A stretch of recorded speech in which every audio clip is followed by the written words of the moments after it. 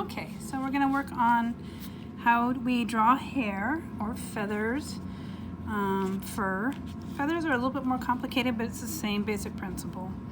Essentially, you're just going to layer, and you're going to start out with some basic strokes. I like to use the 6B for this, and it's going to be just a matter of layering and picking up with your magic rub, but not the gray eraser, and you're not going to use any scumbling with this. So we're going to draw some basic lines first, and we're going to just do the shape of hair, which is usually, you know, wavy a little bit. Even with people with straight hair, they have a little bit of wave as the hair sits on their shoulders. So we're going to draw some dark strands, leave some lights, and we're just going to start with this basic shape. Okay, this is going to be our bottom layer of hair for this little piece. Now, I'm going to take my magic rub, and I've got rounded sides that I've used, rubbed down. I'm very gently going to run it over my pencil, and it's going to smudge it while picking some up. And it's important to use a magic rub for this and not the gray pencil. I mean the gray eraser. Alright, so I've got some graphite picked up. I'm going to go back in, and I'm going to put in some more darks. Kind of where I see the hairs separating a little bit, maybe. I'm going to leave some of these lights alone.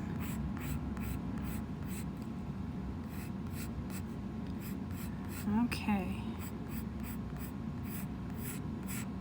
Now I'm going to go in with my magic rub with the sharp side, and I've cleaned this up with a razor blade so I have a nice sharp edge, and I'm going to go down, pulling towards me, and not only am I picking up pencil, I'm erasing at the same time, but I'm smudging.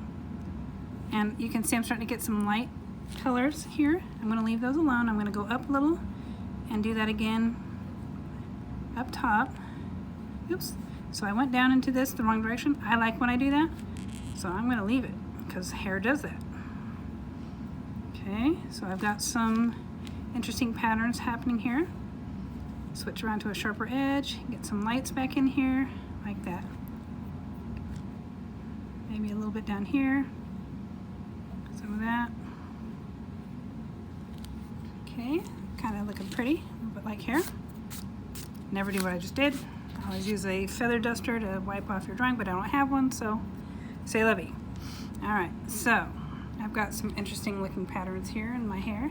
I might go in with my pencil, might even do a 2B, and just very carefully sort of fill in some of those shadows that look like they might belong there.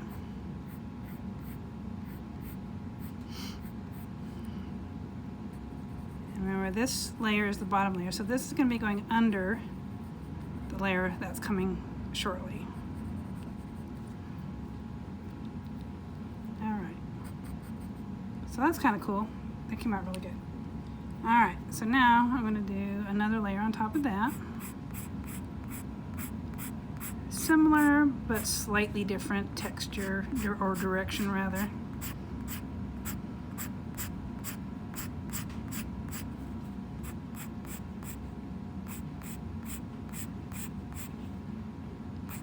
Alright, so this is the next level up. I don't have anything specifically that I'm looking at. I'm just sort of making up hair here. Now I'm going to put some darkers here because there will be shadow on the layer below. And I may actually go back in and shade that in when I'm done here. We'll see. Because if I don't shade it, then it looks like they're the same layer. This is the same thing as the ball. This is the ball behind, so there will be shadow. But the shadow is going to be darker because this is sitting on top of it. So the top of our head is up here and our shoulders down here. This is going to be a layer on top of this. And I kind of maybe think I need a little bit more of a line in there. We'll see. All right. So same thing, rounded edge. Go in, start smudging a little. Be gentle with it because you don't want to just make one big gray smear. Kind of like that actually. Maybe put in a highlight here, the sharp edge. Like that. Alright. There's some of your highlights are coming back in. Up there. Maybe one here. Okay. So yes, I definitely feel like I need to go in here, and I'll go back and shade this up a little bit, just so it has some distinction of being below this layer. And that's it. That's how you do hair. Simple.